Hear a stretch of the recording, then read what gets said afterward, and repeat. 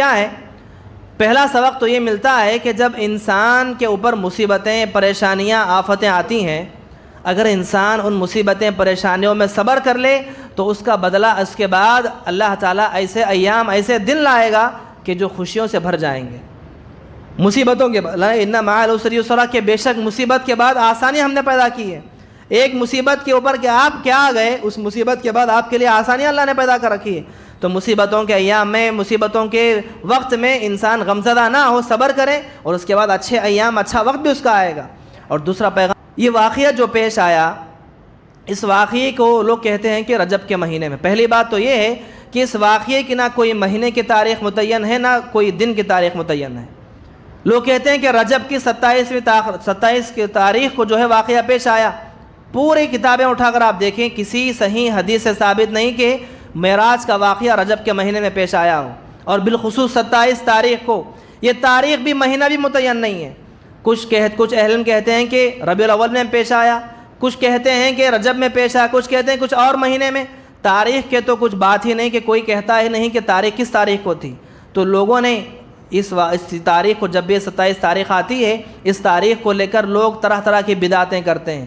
رات میں جاگتے ہیں، مسجدوں کے اندر جو ہے لوگوں کا جمع ہونا، اور وہاں پر معراج کا واقعہ بڑھ چڑھ کر بیان کیا جاتا ہے۔ اللہ کے نبی کی یاد میں اس رات میں خاص دعائیں لوگ کرتے ہیں۔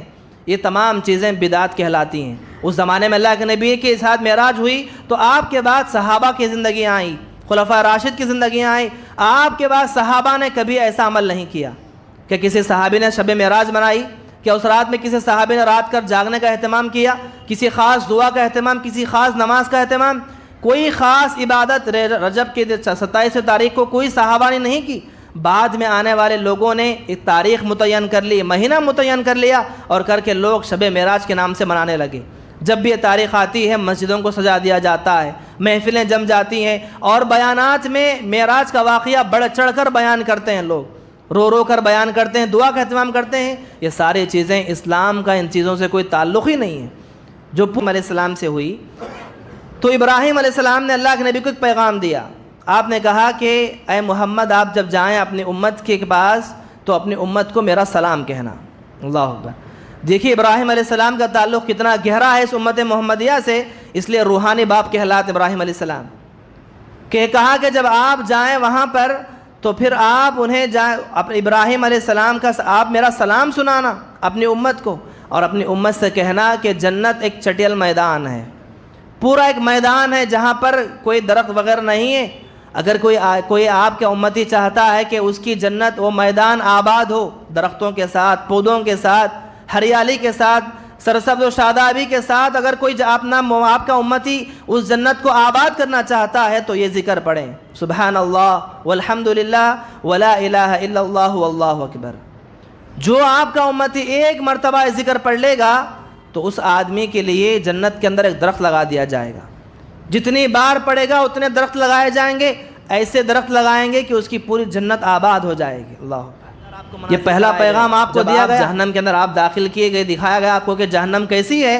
وہاں پر آپ نے دیکھا کہ لوگوں کی مختلف شکلیں تھیں، کئی طرح کے لوگ تھے وہاں پر جنہیں عذاب دیا جا رہا تھا، کئی طرح کے لوگ تھے جو جہنم کے اندر جلائے جا رہے تھے۔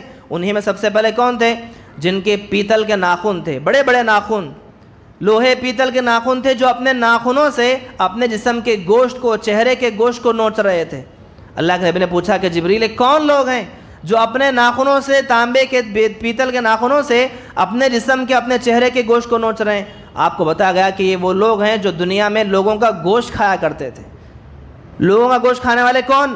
دنیا کے اندر یہ لوگ ایک دوسرے کی غیبت کیا کرتے تھے، ایک کی غیر موجودگی میں دوسرے کے اوپر باتیں کیا کرتے تھے، کسی کی عزتوں کے ساتھ کھلواڑ کرنے والے، کسی کے بعد زندگی میں دخل دے کر ان کی زندگی میں مسئلے پیدا کرنے والے۔ یہ وہی لوگ تھے جو دنیا کے اندر لوگوں کے پیچھے پڑ جایا کرتے تھے، جو کسی کی غیبت کرنا، کسی کی چغلی کرنا گویا کہ مردے بھائی کے گوشت کھانے کے برابر ہے۔ ایحب احدکم ان یاکل لحم اخیہ، قرآن نے کہا کہ کسی کی غیبت کرنا، چغلی کرنا گویا اپنے مردے بھائی کے گوشت کھانے کے برابر ہے۔ تو دنیا کے اندر یہ لوگ یہ گوشت کھاتے تھے، تو آج انہیں عذاب یہ دیا جا رہا ہے کہ آج انہی کے ناخن سے کی تعریفیں، حمد و ثنا، بڑائی و کبریائی اسی اللہ کے لیے لائق و سزاوار ہیں جو اس کائنات کا رب العالمین ہے۔ بے پناہ درود و سلام نازل ہو تمام انبیاء علیہ الصلاۃ والسلام پر، بالخصوص میرے اور آپ کے آخری نبی جناب محمد رسول اللہ صلی اللہ علیہ وسلم مقدسہ پر، اللہم صلی وسلم بارک علیہ۔ محترم حاضرین، خطبہ مسنونہ کے بعد میں نے آپ کے سامنے سورہ بنی اسرائیل یعنی 15ویں پارے کی پہلی آیت کریمہ تلاوت کی، جس میں اللہ تبارک و تعالیٰ نے اللہ کے نبی صلی اللہ علیہ وسلم کے ایک معجزے کی طرف اشارہ کرتے ہوئے اللہ نے کہا، سبحان الذی اسری بعبدہ لیلا من المسجد الحرام الی المسجد الاقصی، بڑی بابرکت بڑی پاک ہے وہ ذات جس نے ایک ہی رات میں مسجد حرام سے لے کر بیت المقدس مسجد اقصی تک سیر کروائی، لنریہم من آیاتنا، اور اس میں بہت ہی کھلی نشانیاں تھیں، ایک معجزے کے طور پر اللہ تعالیٰ نے یہاں پر ذکر کیا ہے۔ محترم حاضرین، پچھلے جتنے انبیاء آئے اس کائنات میں، ہر نبی کو اللہ تعالیٰ نے کچھ معجزے عطا کیے۔ موسیٰ علیہ السلام کو اللہ نے بھیجا تو کچھ معجزوں کے ساتھ اللہ نے بھیجا، یوسف علیہ السلام کو اللہ نے بھیجا تو کسی معجزے کو دے کر اللہ نے بھیجا، عیسیٰ علیہ السلام کو اللہ نے بھیجا تو کسی معجزے کو دے کر اللہ نے بھیجا۔ ہر نبی کا ایک معجزہ ہوا کرتا تھا۔ اسی طرح سے اللہ کے نبی صلی اللہ علیہ وسلم بھی جب دنیا میں آئے تو آپ کو بھی کئی معجزے اللہ نے عطا کیے۔ انہی معجزوں میں ایک معجزہ یہ بھی اسراء و معراج کا واقعہ۔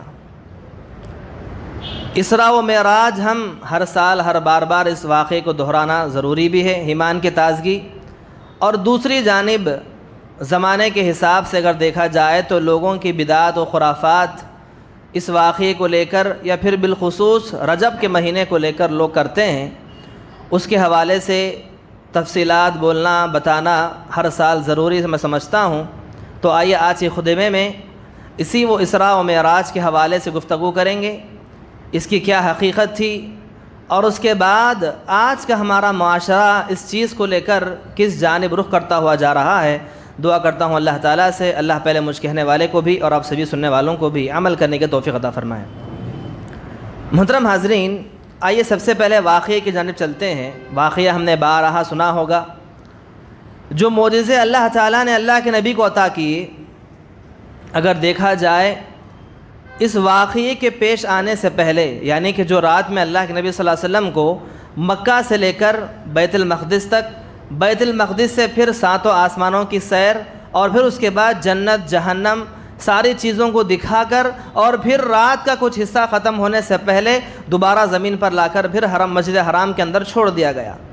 یہ جو کوئی سفر تھا یہ کوئی معمولی نہیں بلکہ ایک معجزانہ سفر تھا۔ یہ سفر جو واقعہ پیش آیا، اس واقعے کے پیش آنے سے پہلے بھی اسلامی تاریخ بھری پڑی ہے کہ اللہ کے نبی صلی اللہ علیہ وسلم کو جب اللہ تعالیٰ نے اپنے پاس بلایا معراج میں، تو اس سے پہلے کی زندگی کو اٹھا کر آپ اللہ کے نبی کی زندگی کو دیکھیں گے تو پتہ چلے گا کہ اللہ کے نبی صلی اللہ علیہ وسلم زندگی کے بڑے دکھی ایام میں تھے۔ جو معراج کا واقعہ پیش آیا، اس واقعے سے پہلے کے ایام اگر آپ دیکھیں گے، اللہ کے نبی صلی اللہ علیہ وسلم پر آزمائشوں کا دور چل رہا تھا، پریشانیاں، مصیبتیں، ایک مصیبت ختم ہوتی نہیں، اس سے بڑی مصیبت بعد میں آ جاتی، ایک کے بعد ایک دکھ لے کر غم لے کر اللہ کے نبی صلی اللہ علیہ وسلم بہت ہی غمزدہ ہو گئے تھے۔ آپ کا دل تھک چکا تھا، اس تھکے ہوئے دل کو مرہم لگانے کے لیے، آرام دینے کے لیے اللہ تعالیٰ نے آپ کو اپنے پاس بلایا۔ وہ کیا حالات تھے جانتے ہیں؟ حالات تو بہت تھے، اگر دیکھا جائے نمایاں طور پر تو سب سے پہلے شیب ابی طالب کا حصار کا واقعہ پیش آیا، مسلمانوں کا ایک سماجی بائیکاٹ، پورے مکہ کے اندر مسلمانوں سے نہ کوئی آدمی خریدے گا کوئی چیز، نہ کوئی چیز بیچے گا، نہ کوئی بات چیت کرے گا، پوری طرح سے سماجی بائیکاٹ کر دیا گیا۔ تقریباً کافی دنوں تک چلتا رہا یہ حصار۔ ایک گھاٹی تھی، اس گھاٹی کے اندر مسلمانوں کو محصور کر دیا گیا، اور ان سے کوئی بات چیت کرنے والا نہیں، کوئی لین دین کرنے والا نہیں۔ اتنے غمزدہ ہو گئے پورے مسلمان، واقعی بڑی پریشانی تھی۔ بخاری کی روایت کے مطابق اس صحابہ نے کہا کہ ان دنوں میں ہم نے جو بائیکاٹ جو مسلمانوں کا چلا، ان دنوں میں ہم نے کھانے کے لیے کوئی چیز نہ ملتی، کھجوریں ختم ہو گئی تو ہم نے درختوں کے پتے ہم نے کھائے، بھوک مٹانے کے لیے ہم نے درختوں کے پتے کھائے، اور جب ہم قضائے حاجت کے لیے جاتے تو جانوروں جیسا فضلہ ہمارا آیا کرتا تھا۔ اللہ اکبر، وہ ایام تھے۔ آخر کار اللہ کے نبی صلی اللہ علیہ وسلم بڑے پریشان تھے، پھر اللہ نے آپ کی مدد کی، وہ دن بھی چلے گئے۔ اس مصیبت کی گھڑی سے باہر نکل کر کیا آئے؟ کچھ دن بھی نہیں گزرے تھے، آپ کی چہیتی بیوی اور اسلام کا ایک بہت بڑا سہارا حضرت ختیجہ رضی اللہ عنہا کی وفات ہو گئی۔ کچھ ہی دن گزرے تھے، مسلمانوں کا سماجی بائیکاٹ ختم ہوا، اس سے نکل کر مسلمان تھوڑے آرام میں کیا آئے؟ اللہ کے نبی صلی اللہ علیہ وسلم کی پہلی زوجہ کا انتقال ہوا۔ وہ ختیجہ وہ تھی جن کا مال، جن کے مشورے اسلام کے لیے بڑا سہارا، بڑی مدد تھی۔ ابتدائی دور میں آپ کا مال اور آپ کے مشورے اسلام کے لیے بڑا سہارا بنے، بڑے کامدار بنے۔ وہ ختیجہ وفات پا گئی، اللہ کے نبی اور دکھی ہو گئے، اور دکھی ہو گئے۔ اور اتنا ہی نہیں بلکہ پھر آپ کے بعد پھر آپ کے چچا کا انتقال ہوا، ایک کے بعد ایک پیدر پہ آپ کے اوپر مصیبتیں آنے لگی۔ اور اس کے بعد انہی دنوں کے بعد پھر آپ طائف کا سفر بھی کر چکے تھے۔ جیسا کہ طائف کے بارے میں ہم جانتے ہیں، اماں عائشہ سے پوچھا گیا کہ اماں عائشہ نے پوچھا اللہ کے نبی صلی اللہ علیہ نبی، احد کے میدان میں، احد کی جنگ کے اندر مسلمانوں کو بڑے مار پڑے، اللہ کے نبی صلی اللہ علیہ وسلم خود آپ کے دندان مبارک شہید ہوئے، آپ کا سر پھٹ گیا تھا، خون سے لہو لہان اللہ کے نبی ہوئے۔ تو اماں عائشہ نے پوچھا اللہ کے نبی کیا احد کے دن سے بھی کوئی برا دن آپ نے دیکھا ہے زندگی میں؟ تو آپ نے کہا کہ احد سے بھی برا دن میں نے طائف کا دن دیکھا ہے۔ یہ طائف کا دن میری زندگی کا بہت ہی برا، بہت ہی سخت دن تھا۔ اس دن جہاں پر پتھروں کی بارشیں لوگ کر رہے تھے میرے اوپر، اور خون سے لہو لہان اس دن وہ واقعہ ہم بار بار سنتے ہیں۔ تو بہرحال بتانا مقصود یہ ہے، ایک کے بعد ایک مصیبتیں آتی گئی، ایک مصیبت سے باہر نکلتے نہیں، اس کے بعد ایک اور بڑی پریشانی۔ تو ان دنوں میں اللہ کے نبی صلی اللہ علیہ وسلم بڑے غمزدہ ہو گئے تھے، آپ کا دل تھک چکا تھا۔ اب اللہ تعالیٰ نے آپ کو اپنے پاس بلانا چاہا ان تمام چیزوں کو دور کرنے کے لیے۔ سب سے پہلے آپ کو واقعہ شروع کہاں سے ہوا؟ واقعہ یہاں سے شروع ہوا کہ جب آپ مکہ کے اندر رات کے کچھ حصے میں، پہلے حصے میں آرام کر رہے تھے تو آپ کا شق صدر کیا گیا، یعنی کہ آپ کا دل نکال کر جنت سے لائے ہوئے ایک مشغزے میں، جنت کے اس پانی سے، آب زمزم کے پانی سے آپ کا دل جو ہے پوری طرح سے دھویا گیا۔ زندگی میں 2 مرتبہ اللہ کے نبی کے ساتھ یہ ہوا، ایک بچپن میں اور پھر زندگی میں دوبارہ یہ معراج سے پہلے آپ کا دل کو نکال کر باہر دھویا گیا۔ اس کی وجہ کیا تھی؟ کیونکہ آپ کو آگے کچھ ایسا سفر کرنا تھا، کچھ ایسی چیزیں دیکھنی تھی جن چیزوں کو دیکھ کر آپ کا دل وہ برداشت کر پائے۔ ایک روحانی طاقت، کچھ نظارے میرے اور آپ کی آنکھوں سے دیکھ سکتے ہیں، وہ جتنی ہو سکے روشنی بھی حد تک ہوتی ہے۔ سورج کو کوئی آدمی دیکھنا چاہے تو پوری طرح سے مکمل دیکھ نہیں پائے گا، کیونکہ ہماری آنکھوں میں اتنی ہی طاقت ہے جتنی ہم دیکھ سکتے ہیں۔ سورج کی روشنی زیادہ ہو جائے تو آدمی پوری طرح سے نظر اٹھا کر دیکھ نہیں پائے گا، اتنی طاقت نہیں ہے۔ تو اللہ کے نبی کو بھی وہ مناظر، وہ چیزیں آگے دیکھنی تھی جن چیزوں کو دیکھ کر میرا اور آپ کا عام انسانوں کی حالت برداشت نہ کر پائے گی۔ آپ کے دل کو نکالا گیا، دھویا گیا اور روحانی طاقت اس میں ڈالی گئی، اور پھر سے آپ کا سفر آغاز ہوا۔ براق نامی ایک سواری لائی گئی جو گدھے اور خچر کی طرح ملتی جوتی ہے، وہ کوئی گھوڑا نہ تھا۔ کئی لوگوں نے اس چیز کو لے کر بدعتیں منائی۔ براق کا مطلب ایک اجلا گھوڑا ہے۔ کہیں آپ دیکھیں گے زمانوں میں آج بھی کسی کی دکانوں میں وہ گھوڑے کی ایک تصویر لگائی جاتی ہے، اس گھوڑے پر ایک ہاتھ ہوتا ہے، اس کے اوپر چھتری ہوتی ہے، اور لوگوں کا عقیدہ آج بھی یہ کہ اگر وہ چھتری، وہ براق والی تصویر اگر دکان میں کسی گھر میں رہے گی تو برکتیں نازل ہوں گی، فرشتے نازل ہوں گے۔ طرح طرح کی لوگوں کے عقیدے۔ وہ کوئی گھوڑا نہ تھا، کوئی گدھا نہ تھا، درمیان میں ایک جانور تھا، بلکہ براق اس کے کہا جاتا ہے۔ سفید اور اتنی تیز رفتار سواری تھی، وہ آنکھ پلکنے کے برابر جتنی دور ہماری نظر جاتی ہے اتنی دور دور تک جانے والی وہ سواری، اس پر آپ کو سوار کیا گیا، اور سب سے پہلے آپ کو مسجد حرام سے لے کر بیت المقدس تک تقریباً اگر تیز رفتار گھوڑے پر سوار ہو جائے تو آدمی کو جانے کے لیے 40 دن لگ جائیں گے۔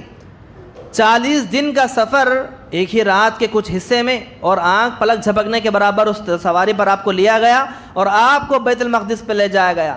آپ بیت المقدس میں وہاں پر گئے، تمام انبیاء آپ کے انتظار میں کھڑے تھے۔ اللہ نے فرماتے ہیں جب میں وہاں پر پہنچا تو دیکھا صفیں باندھی ہوئی تھی، گویا ایک امام کا انتظار ہو رہا تھا۔ دیکھا کہ کون امام ہے؟ جب وہاں پر پہنچا تو مجھے آگے بڑھایا گیا، میں نے وہاں پر امامت کروائی۔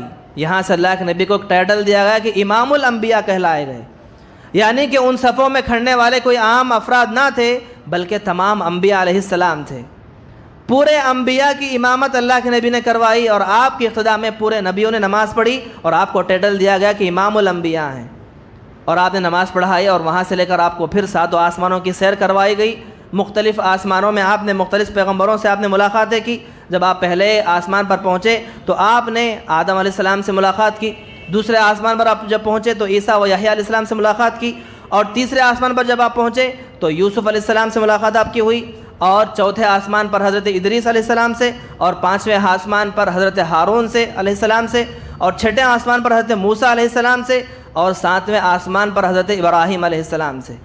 مختلف آسمانوں پر آپ نے مختلف پیغمبروں سے آپ نے ملاقاتیں کی، اور پھر آپ کو 7 آسمانوں کے اوپر لے جایا گیا، اور آپ کو ایک جگہ تھی جہاں پر سدرۃ المنتہا اسے کہتے ہیں، وہاں پر آپ کو لے جایا گیا، اور وہاں سے آپ کو چھوڑ دیا گیا، اور آپ آگے بڑھ کر چلے گئے، اور جانے کے بعد آپ نے اللہ تعالیٰ سے ڈائریکٹ آپ نے بات چیت کی، کلام کیا، درمیان میں پردہ حائل تھا وہاں پر، اور پھر آپ واپس وہاں سے نکلے، اور نکل کر پھر سے آپ کو دوبارہ رات کے کچھ بہت لمبا چوڑا واقعہ ہے، میں اختصار میں جا رہا ہوں، کہ وہاں سے جب آپ واپس پہنچے تو پھر صبح ہونے سے کچھ حصے میں پہلے ہی پھر آپ کو جنت جہنم سب دکھائی گئی، اور اس کے بعد اب رات کے کچھ حصہ ختم ہونے سے پہلے پھر سے بیت الحرام کے اندر آپ آ گئے، آپ کو لا کر چھوڑ دیا گیا۔ اب صبح ہوئی، صبح ہونے کے بعد اللہ کے نبی صلی اللہ علیہ وسلم نے لوگوں کو یہ ماجرا بتایا، اور بتانا مقصود یہ ہے کہ یہ سفر کوئی روحانی سفر نہ تھا، ایسا نہیں کہ بس یہ کوئی خواب کی طرح نہیں، بلکہ اس سفر کے اندر ایسا سفر تھا لنوریہم من آیاتنا کے تحت کئی مفسرین کہتے ہیں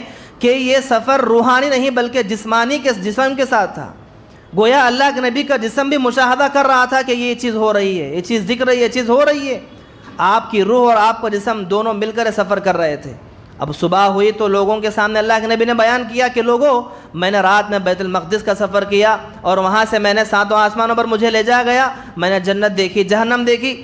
لوگوں میں اس زمانے میں کیا تھا، ابتدائی دور میں اللہ کے نبی کا مذاق اڑانے کے لوگ بہانے ڈھونڈا کرتے تھے، جو آپ کے دشمن تھے، جو آپ سے نفرت کرنے والے بہانے ڈھونڈتے کہ کچھ بہانہ مل جائے تو اللہ کے نبی کا مذاق بنایا جائے۔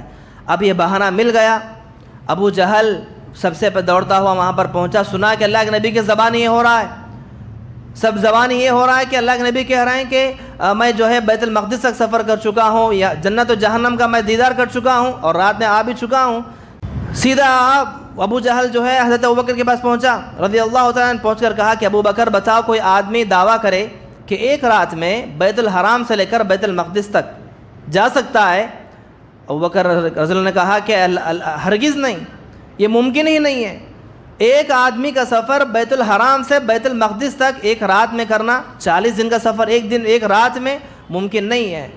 تو کہا کہ یہ دعویٰ کرنے والے کوئی اور نہیں بلکہ آپ کے چہیتے محمد کا دعویٰ ہے، یہ محمد دعویٰ کر رہے ہیں کہ وہ جو ہے رات کے ایک حصے میں جو ہے بیت المقدس بھی چلے گئے، اور اتنا ہی نہیں وہاں سے 7 آسمانوں کی سیر کروائی۔ ایک آسمان سے دوسرے آسمان کی مسافت کتنی، 500 سال سے زیادہ ہے، اتنے آسمان 7 آسمانوں کی سیر کر دی انہوں نے، اور پھر جنت چلے گئے، جہنم چلے گئے، اور وہاں پر ساری چیزیں دیکھ کر پھر رات میں واپس بھی پہنچ گئے۔ یہ دعویٰ کرنے والے کوئی اور نہیں، آپ کے محمد ہیں۔ جیسے آپ نے سنا کہ اللہ کے نبی دعویٰ کر رہے ہیں، اسی وقت حضرت ابوبکر صدیق نے کہا رضی اللہ عنہ نے کہا کہ اگر کوئی آدمی دعویٰ کرتا تو میں بات نہ مانتا، اگر اللہ کے نبی دعویٰ کر رہے ہیں تو میں مانتا ہوں، اگر میری عقل مانے یا نہ مانے، میں اپنے بیمار عقل کے میزان پر اس کو نہیں تولتا کہ یہ چیز ہوگی کیا نہیں ہوگی، میں اپنے عقل سے نہیں، اگر اللہ کے نبی کہہ رہے ہیں کہ میں گیا تھا تو میں اس بات کی تصدیق کرتا ہوں۔ یہیں سے آپ کو صدیق کا ٹائٹل دیا گیا، یہاں تک آپ صرف ابو بکر تھے، اس واقعے کے بعد، اس تصدیق کے بعد آپ کو صدیق کا لقب دیا گیا، یہاں سے آپ کو ابو بکر صدیق کہا جاتا رضی اللہ تعالیٰ عنہ۔ تو پھر واقعہ یہ ہوا، اب لوگ سوال کرنے لگے، اللہ کے نبی اب بتائیں، محمد بتائیں وہ بیت المقدس کا نقشہ کیسا ہے؟ اب لوگ پوچھیں گے اب وہاں پر جا کے آئیں تو کیسے کیسے، حالانکہ اللہ کے نبی اتنا غور سے دیکھا بھی نہ تھا، اللہ کے نبی نے اتنی غور سے کیا کیا چیزیں ہیں، بس چلے گئے، اچانک سے چلے گئے تھے۔ تو لوگوں نے سوال کرنا شروع کیا تو اللہ تعالیٰ نے غیب سے آپ کے سامنے بیت المقدس کا نقشہ اللہ نے دکھایا۔ لوگ پوچھ رہے تھے کہ کتنے دروازے ہیں، کتنے کیا ہیں، جیسے جیسے لوگوں کے سوال تھے اللہ کے نبی صلی اللہ علیہ وسلم پورے جواب دے رہے تھے کہ وہاں پر دروازہ ہے، اس طرح سے جانا ہے، وہاں پر انٹرنس ہے، یہ چیزیں بیت المقدس کے اندر ہیں۔ جو لوگ جا کر آئے تھے وہ لوگ دن ہو کر رہ گئے، اور اللہ کے نبی نے وہ بھی بتائی وہ بات وہاں پر کہ میں نے راستے میں دیکھا کہ تمہارا کفار کا ایک قافلہ جو ہے تجارتی قافلہ راستے میں آ رہا ہے بیت المقدس سے مکہ کی طرف، اور میں نے اس علاقے پر دیکھا ہے، مجھے امید ہے کہ کچھ دنوں بعد وہ یہاں پر پہنچے گا۔ آپ کے بتانے کے مطابق ان دنوں کے بعد وہیں پر پہنچا۔ بہرحال جو لوگ یقین کرنا چاہ رہے تھے یقین کر لیے، جن لوگوں کو یقین نہ تھا وہ لوگ مذاق اڑانے لگے۔ تو یہ واقعہ پیش آیا اس زمانے میں۔ تو محترم حاضرین، اس واقعے کو لے کر آج بھی آپ دیکھیں گے کئی چیزیں لے کر لوگ بدعت کرتے ہیں۔ آئیے سب سے پہلے دیکھیں، میں بتانا چاہتا ہوں، اس واقعہ تو بہت لمبا چوڑا ہے، اس واقعے کے بہت سے پہلو ہیں۔ اس واقعے میں کچھ نشانیاں ہیں، اللہ نے کہا لنوریہم من آیاتنا، ہم نے اس میں نشانیاں رکھی ہیں۔ تو اللہ کے نبی صلی اللہ علیہ وسلم کو دیکھیں گے کیا نشانیاں اس رات میں دکھائی گئی جو نشانیوں کے طور پر دیکھا جا سکتا ہے۔ وہ کیا نشانیاں تھیں جس رات میں اللہ کے نبی نے دیکھا؟ سب سے پہلی نشانی اس رات میں اللہ کے نبی نے کیا دیکھی؟ حضرت جبریل علیہ السلام کو اپنی اصلی شکل میں اللہ کے نبی نے دیکھا۔ 2 مرتبہ آپ نے حضرت جبریل کو اصلی شکل میں دیکھا ہے۔ ایک پہلے وحی جب نازل ہوئی تھی آپ نے اس وقت دیکھا، اور بعد میں معراج کی رات میں جب آپ کو لے جایا جا رہا تھا آپ نے فرمایا کہ میں نے حضرت جبریل کو دیکھا اپنے اصلی روپ میں، 600 پر ہیں ان کے، 600 پروں کو لے کر جبریل اڑ رہے ہیں، اور ایک پر اگر کھول دیں گے تو مشرق سے مغرب اندھیرا ہو جائے گا۔ اللہ اکبر! ایک پر اتنا بڑا ہے کہ وہ پر اگر ایک پر کھول دیں گے تو مشرق سے مغرب تک اندھیرا چھا جائے گا۔ ایسے جبریل کے 600 پر ہیں، اور 600 پروں کو لے کر جنت میں حضرت جبریل اڑ رہے ہیں۔ اللہ اکبر! تو اندازہ لگائیں اللہ نے کتنی بڑی جنت بنائی ہوگی۔ اور اس کے بعد سدرۃ المنتہا ایک بہت بڑی نشانی ہے۔ یہاں پر اللہ کے نبی کہتے ہیں کہ میں نے دیکھا ایک بیریک جیسا درخت تھا جس کے بڑے بڑے پتے تھے، بڑے بڑے پھل تھے، وہیں سے 4 نہریں بہہ رہی تھی، اور فرشتوں کے قلم لکھنے کی آواز میں نے وہیں سے سنی۔ اور ایک یہ ڈیڈ لائن تھی سدرۃ المنتہا جو 7 آسمانوں کے اوپر اور اللہ تعالیٰ کے عرش کے نیچے، ایک ایسی ڈیڈ لائن تھی اس سے آگے جانے کی کسی کو اجازت نہیں، یہاں تک کہ حضرت جبریل کو بھی اجازت نہیں۔ حضرت جبریل آپ کا ہاتھ پکڑ کر لے گئے جہاں کا تک؟ سدرۃ المنتہا تک۔ سدرۃ المنتہا پر پہنچنے کے بعد اللہ کے نبی کا ہاتھ چھوڑ دیا گیا۔ آپ نے کہا کہ اللہ کے نبی اب آگے جانے کی ہماری بھی یہاں سے استطاعت نہیں، آپ ہی کو اکیلے جانا ہے، اگر آگے ہم بھی جائیں گے تو ہمارے پر جل جائیں گے۔ کسی ملائکہ کو، کسی پیغمبر کو آج تک شرف نہ ملا کہ سدرۃ المنتہا سے بھی آگے جائے، ملا ہے تو صرف اللہ کے نبی صلی اللہ علیہ وسلم کو ملا ہے۔ سدرۃ المنتہا سے آگے آپ گئے، جا کر ایک پردہ درمیان میں حائل تھا، تو آپ نے اللہ تعالیٰ سے کلام کیا وہاں پر، اور اب وہاں سے واپس پہنچے۔ اور اسی طرح سے کچھ اور بھی چیزیں، کچھ اور مناظر اللہ کے نبی صلی اللہ علیہ وسلم نے اس رات میں دیکھی۔ وہ کیا تھی؟ ایک اور جب آپ واپس وہاں پر لوٹ رہے تھے تو آپ نے موسیٰ علیہ السلام کو اپنی خبر کے اندر نماز پڑھتا ہوا دیکھا۔ صحیح حدیث کے مطابق آپ نے دیکھا کہ موسیٰ علیہ السلام اپنی خبر میں نماز پڑھ رہے تھے۔ اس حدیث کو لے کر بھی کئی بدعتی لوگ جو پیغمبروں کے بارے میں عقیدہ رکھتے ہیں کہ ہر پیغمبر زندہ ہیں، تو ان لوگ یہ حدیث کو لے کر کہتے ہیں کہ موسیٰ علیہ السلام جیسے معراج کی رات میں خبر میں نماز پڑھ رہے تھے تو گویا ویسے ہی ہر نبی، ہر پیغمبر خبروں میں زندہ ہے۔ یہ بالکل بات غلط ہے۔ وہ عالم برزخ تھا، وہ کیسی خبر تھی، وہ کیسے نماز پڑھ رہے تھے، وہ میری اور آپ کی عقل وہاں پر سوچ نہیں سکتی۔ اللہ کے نبی صلی اللہ علیہ وسلم کا جو واقعہ پیش آیا ایک برزخی طور پر، کوئی سوچنے والی چیز نہیں، ہماری عقل وہاں پر کام نہیں کرتی۔ اور اسی طرح سے جب آپ جہنم کے دیدار آپ کو مناظر کرائے گئے، جب آپ جہنم کے اندر آپ داخل کیے گئے، دکھایا گیا آپ کو کہ جہنم کیسی ہے، وہاں پر آپ نے دیکھا کہ لوگوں کی مختلف شکلیں تھیں۔ کئی طرح کے لوگ تھے وہاں پر جنہیں عذاب دیا جا رہا تھا، کئی طرح کے لوگ تھے جو جہنم کے اندر جلائے جا رہے تھے۔ انہی میں سب سے پہلے کون تھے؟ جن کے پیتل کے ناخن تھے، بڑے بڑے ناخن، لوہے پیتل کے ناخن تھے، جو اپنے ناخنوں سے اپنے جسم کے گوشت کو، چہرے کے گوشت کو نوچ رہے تھے۔ اللہ کے نبی نے پوچھا کہ جبریل کون لوگ ہیں جو اپنے ناخنوں سے، تانبے کے پیتل کے ناخنوں سے اپنے جسم کے، اپنے چہرے کے گوشت کو نوچ رہے ہیں؟ آپ کو بتایا گیا کہ یہ وہ لوگ ہیں جو دنیا میں لوگوں کا گوشت کھایا کرتے تھے۔ لوگوں کا گوشت کھانے والے کون؟ دنیا کے اندر یہ لوگ ایک دوسرے کی غیبت کیا کرتے تھے، ایک کی غیر موجودگی میں دوسرے کے اوپر باتیں کیا کرتے تھے، کسی کی عزتوں کے ساتھ کھلواڑ کرنے والے، کسی کے بعد زندگی میں دخل دے کر ان کی زندگی میں مسئلے پیدا کرنے والے۔ یہ وہی لوگ تھے جو دنیا کے اندر لوگوں کے پیچھے پڑ جایا کرتے تھے، جو کسی کی غیبت کرنا، کسی کی چغلی کرنا گویا کہ مردے بھائی کے گوشت کھانے کے برابر ہے۔ ایحب احدکم ان یاکل لحم اخیہ، قرآن نے کہا کہ کسی کی غیبت کرنا، چغلی کرنا گویا اپنے مردے بھائی کے گوشت کھانے کے برابر ہے۔ تو دنیا کے اندر یہ لوگ یہ گوشت کھاتے تھے، تو آج انہیں عذاب یہ دیا جا رہا ہے کہ آج انہی کے ناخن سے لوگ اپنے چہرے کو کھا رہے ہیں۔ اور اس طرح سے کئی اور طرح کے اور بھی عذابات آپ کو دکھائے گئے، کبھی موقع ملا تو انشاءاللہ اس پر ہم گفتگو کریں گے۔ اور اسی طرح سے اس کے بعد آپ کو اور آگے لے جایا گیا، جب آپ اور آگے وہاں پر پہنچے تو جنت کی سیر آپ نے کروائی گئی۔ جنت کے اندر بھی آپ نے کئی لوگوں کو دیکھا، کئی محلیں دیکھی، کئی جو متقی پرہیزگار تھے، حضرت بلال کے آپ نے قدم وہاں پر سنے، کئی اور واقعات پیش آئے۔ اور جب آپ وہاں سے واپس پہنچے آپ کو 2 پیغام دیے گئے۔ ایک پیغام جو آپ کو پہلا دیا گیا وہ کس کی جانب سے؟ جب آپ کی ملاقات حضرت ابراہیم علیہ السلام سے ہوئی تو ابراہیم علیہ السلام نے اللہ کے نبی کو ایک پیغام دیا۔ آپ نے کہا کہ اے محمد، آپ جب جائیں اپنی امت کے پاس تو اپنی امت کو میرا سلام کہنا۔ اللہ اکبر۔ دیکھیے ابراہیم علیہ السلام کا تعلق کتنا گہرا ہے اس امت محمدیہ سے، اس لیے روحانی باپ کہلاتے ابراہیم علیہ السلام، کہ کہا کہ جب آپ جائیں وہاں پر تو پھر آپ انہیں اپنے ابراہیم علیہ السلام کا آپ میرا سلام سنانا اپنی امت کو، اور اپنی امت سے کہنا کہ جنت ایک چٹیل میدان ہے، پورا ایک میدان ہے جہاں پر کوئی درخت وغیرہ نہیں ہے۔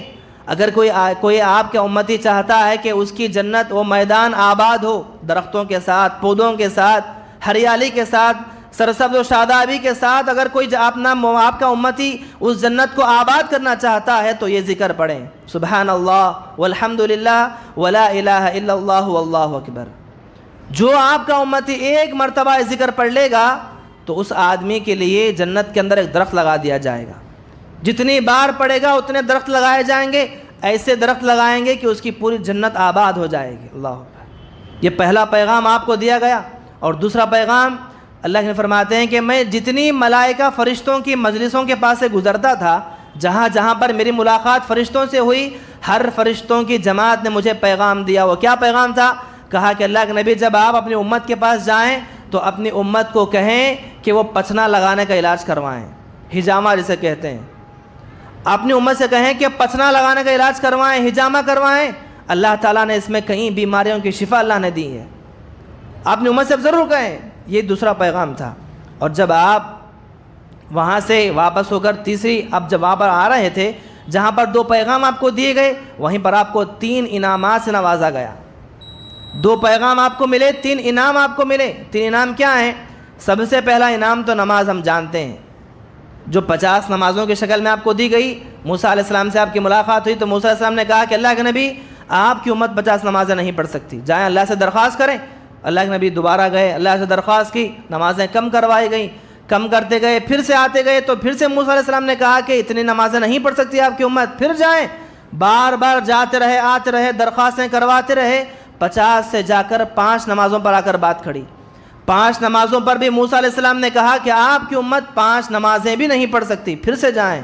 اللہ کے نبی نے کہا کہ اب مجھے شرم محسوس ہوتی ہے جانے کے لیے، اب میں آگے جا کر اللہ سے درخواست نہیں کر سکتا۔ اللہ کے نبی نے اللہ تعالیٰ نے اس وقت کہا کہ اللہ کے نبی اگرچہ آپ کی امت پر 5 نمازیں فرض کر دی گئی، اگر آپ کی امت 5 نمازیں بھی پڑھتی ہے تو ثواب ہم 50 نمازوں کے برابر دیں گے۔ اللہ، دی گئی 5 نمازیں لیکن تحفہ تھا 50 کا، تو اگر آپ کی امت 5 بھی پڑھ لے گی تو ہم 50 کے برابر ثواب دیں گے۔ یہ پہلا انعام آپ کو دیا گیا۔ اور دوسرا، سورہ بقرہ کی آخری 2 آیتیں جو ایک انسان میرے اور آپ کے لیے، ایک مومن کے لیے بڑی حفاظت کے لیے، شیطان سے، اس کے ابلیس کے شروں سے محفوظ رہنے کے لیے سورہ بقرہ کی جو آخری 2 آیتیں ہیں وہ تحفہ بھی آپ کو اسی رات میں دیا گیا۔ اس لیے آپ نے فرمایا کہ جو آدمی رات میں سورہ بقرہ کی آخری 2 آیتیں پڑھ کر سو جائے اس آدمی کی حفاظت ہو جائے گی، ملائکہ حفاظت کریں گے شیطان کے شر سے، شیطان کے فساد سے، وسوسوں سے، برے خیالات سے، برے خوابوں سے، ہر چیز سے حفاظت کریں گے۔ یہ تحفہ بھی آپ کو وہیں پر دیا گیا۔ اور تیسرا انعام کیا جانتے ہیں؟ آپ کو کہا گیا کہ اللہ کے نبی ہم نے آپ کی امت کے کبیرے گناہ کو معاف کرنے کا ہم نے اعلان کیا ہے۔ اللہ اکبر۔ آپ کی امت اگر شرک کو چھوڑ کر، اگر اللہ کی ذات میں کسی کے ساتھ شریک نہیں بناتی، آپ کی امت شرک کو چھوڑ کر اگر کبیرہ گناہ بھی ہوں گے تو ہم ان کے کبیرہ گناہوں کو معاف کر دیں گے۔ اس حدیث کو لے کر کئی لوگوں نے غلط مطلب نکالے۔ جب اللہ تعالیٰ کبیرہ گناہوں کو معاف کرنے والا ہے شرک کیے بغیر دوسرے سارے گناہ کرو تو کچھ کام نہیں، عقیدہ مضبوط ہو، نماز نہ پڑھو چلے گا، روزہ نہ رکھو چلے گا، گناہ کے کام کرو، زنا کرو، سب کرو چلے گا، کیونکہ اللہ نے کہا کہ اللہ معاف کر دے گا۔ ایسی بات بالکل اس کا مطلب یہ نہیں ہے۔ کئی مفسرین نے، اہل علم نے کہا کہ اس کا مطلب یہ نہیں کہ اللہ تعالیٰ یوں ہی چھوڑ دے گا، بلکہ یہ اللہ کی مرضی ہے، یہ اللہ کی مرضی ہے کہ اللہ جسے چاہے کبیرہ گناہوں کو معاف کر کے جنت کے اندر داخل کر دے، اللہ کی مرضی ہے۔ اللہ غفور رحیم ہے، اگر اللہ چاہے تو اس کے گناہوں کی سزا دینے کے بعد جنت کے اندر داخل کر سکتا ہے۔ تو اس کا مطلب یہ نہیں لینا کہ گناہ کے اوپر کرتے جائیں۔ تو 3 انعامات آپ کو دیے گئے۔ اور آخر کار ایک بہت بڑا سوال جو بدعتی لوگ اس بارے میں کرتے ہیں وہ کیا ہے کہ اس رات اللہ کے نبی صلی اللہ علیہ وسلم نے اللہ تعالیٰ کا دیدار کیا یا نہیں؟ معراج کی رات میں جب آپ وہاں پر پہنچے، اتنے قریب آپ گئے، تو لوگ کہتے ہیں کہ وہ جو ہے اللہ کے نبی اللہ تعالیٰ کا دیدار کر چکے تھے، اللہ کو دیکھا اللہ کے نبی نے۔ یہ عقیدہ بالکل غلط ہے۔ اب بتائیں کہ اللہ کے نبی نے اس رات میں اللہ کے نبی کا اللہ تعالیٰ کا دیدار کیا؟ تو سوال کرنے پر اماں عائشہ نے کہا کہ تمہارے اس سوال پر میرے رونگٹے کھڑے ہو جاتے ہیں، یہ کیسے سوال تم لوگ کرتے ہو؟ یہ اللہ تعالیٰ کا دیدار تو جنتیوں کو جنت میں ملنے والا ایک نعمت ہے، یہ نعمت کے طور پر جنت کے اندر سب سارے جنتی چلے جائیں گے تو اللہ تعالیٰ ایک نعمت کے طور پر اپنا دیدار کروائے گا۔ تو یہ دیدار دنیا کے اندر کسی کو نہیں ملا ہے، اللہ کے نبی کو بھی نہیں ملا ہے۔ محترم حاضرین، جو سبق اس واقعے سے ہمیں ملتے ہیں وہ کیا ہیں؟ جو واقعہ اور بھی لمبا چوڑا واقعہ تھا، میں نے مختصر اس میں آپ کو بیان کرنا چاہا۔ یہ پورے واقعے سے اور ان تمام باتوں سے کئی اسباق ہمیں ملتے ہیں۔ وہ کیا ہے؟ پہلا سبق تو یہ ملتا ہے کہ جب انسان کے اوپر مصیبتیں، پریشانیاں، آفتیں آتی ہیں، اگر انسان ان مصیبتیں، پریشانیوں میں صبر کر لے تو اس کا بدلہ اس کے بعد اللہ تعالیٰ ایسے ایام، ایسے دن لائے گا کہ جو خوشیوں سے بھر جائیں گے۔ مصیبتوں کے بعد ان مع العسر یسرا، کہ بے شک مصیبت کے بعد آسانی ہم نے پیدا کی ہے۔ ایک مصیبت کے اوپر کہ آپ کیا گئے، اس مصیبت کے بعد آپ کے لیے آسانیاں اللہ نے پیدا کر رکھی ہے۔ تو مصیبتوں کے ایام میں، مصیبتوں کے وقت میں انسان غمزدہ نہ ہو، صبر کرے، اور اس کے بعد اچھے ایام، اچھا وقت بھی اس کا آئے گا۔ اور دوسرا پیغام اس واقعے سے کیا ملتا ہے؟ جب آدمی پر برے حالات آنے شروع ہو جائیں، مصیبتیں، پریشانیاں، ٹینشن وغیرہ آنے شروع ہو جائیں، تو انسان کو چاہیے کہ انسان اللہ تعالیٰ کے قریب ہو جائے۔ مصیبت کیا آئی، پریشانی کیا آئی، اللہ تعالیٰ کے ساتھ اللہ سے جڑ جائیں، سجدوں میں گر جائیں، اللہ سے گڑ گڑائیں، اللہ سے معافی مانگیں۔ جب بندہ اللہ تعالیٰ سے مصیبتوں میں قریب ہو جاتا ہے، اس کے اوپر پھر سے اللہ خوشیاں عطا کرتا ہے۔ جب اللہ کے نبی غمزدہ ہو گئے، اس واقعے میں اللہ کے نبی پوری طرح سے غمزدہ ہو گئے تھے، تو غمزدہ ہونے کے بعد آپ نے اللہ کو چھوڑا نہیں، بلکہ آپ اللہ کے اور قریب ہو گئے تھے۔ سجدوں میں زار و خطار آپ روتے تھے، لمبا لمبا قیام آپ کرتے تھے۔ تو مجھے اور آپ کو بھی چاہیے کہ ہم اس طرح کریں۔ اور آخری بات بتا کر اپنی بات ختم کرتا ہوں، کیا ہے؟ یہ واقعہ جو پیش آیا، اس واقعے کو لوگ کہتے ہیں کہ رجب کے مہینے میں۔ پہلی بات تو یہ ہے کہ اس واقعے کی نہ کوئی مہینے کی تاریخ متعین ہے، نہ کوئی دن کی تاریخ متعین ہے۔ لوگ کہتے ہیں کہ رجب کی 27 کی تاریخ کو جو ہے واقعہ پیش آیا۔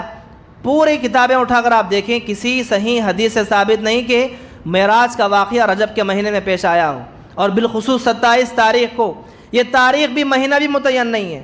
کچھ اہل علم کہتے ہیں کہ ربیع الاول میں پیش آیا، کچھ کہتے ہیں کہ رجب میں پیش آیا، کچھ کہتے ہیں کچھ اور مہینے میں۔ تاریخ کے تو کچھ بات ہی نہیں، کہ کوئی کہتا ہی نہیں کہ تاریخ کس تاریخ کو تھی۔ تو لوگوں نے اس تاریخ کو، جب یہ 27 تاریخ آتی ہے، اس تاریخ کو لے کر لوگ طرح طرح کی بدعتیں کرتے ہیں۔ رات میں جاگتے ہیں، مسجدوں کے اندر جو ہے لوگوں کا جمع ہونا، اور وہاں پر معراج کا واقعہ بڑھ چڑھ کر بیان کیا جاتا ہے۔ اللہ کے نبی کی یاد میں اس رات میں خاص دعائیں لوگ کرتے ہیں۔ یہ تمام چیزیں بدعت کہلاتی ہیں۔ اس زمانے میں اللہ کے نبی کے ساتھ معراج ہوئی تو آپ کے بعد صحابہ کی زندگیاں آئیں، خلفائے راشد کی زندگیاں آئیں۔ آپ کے بعد صحابہ نے کبھی ایسا عمل نہیں کیا کہ کسی صحابی نے شب معراج منائی، کیا اس رات میں کسی صحابی نے رات کر جاگنے کا اہتمام کیا، کسی خاص دعا کا اہتمام، کسی خاص نماز کا اہتمام، کوئی خاص عبادت رجب کی 27 تاریخ کو کوئی صحابہ نے نہیں کی۔ بعد میں آنے والے لوگوں نے ایک تاریخ متعین کر لی، مہینہ متعین کر لیا، اور کر کے لوگ شب معراج کے نام سے منانے لگے۔ جب بھی یہ تاریخ آتی ہے، مسجدوں کو سجا دیا جاتا ہے، محفلیں جم جاتی ہیں، اور بیانات میں معراج کا واقعہ بڑھ چڑھ کر بیان کرتے ہیں، لوگ رو رو کر بیان کرتے ہیں، دعا کا اہتمام کرتے ہیں۔ یہ ساری چیزیں، اسلام کا ان چیزوں سے کوئی تعلق ہی نہیں ہے، جو پوری طرح سے کھلی بدعت ہے، اور بدعت گمراہی کا راستہ، گمراہی جہنم کے اندر لے جاتی ہے۔ اللہ تعالی ہماری اور ہماری امت کی اللہ حفاظت فرمائے۔ دعا کرتے ہیں اللہ تعالیٰ سے، اللہ تعالیٰ جو بدعات جو خرافات زمانے میں چل رہے ہیں، اللہ تعالیٰ ہر مسلمان کے ہر مومن کے اللہ حفاظت فرمائے اور صراط مستقیم پر چلنے کی توفیق عطا فرمائے۔ آمین رب العالمین۔ السلام علیکم ورحمۃ اللہ وبرکاتہ۔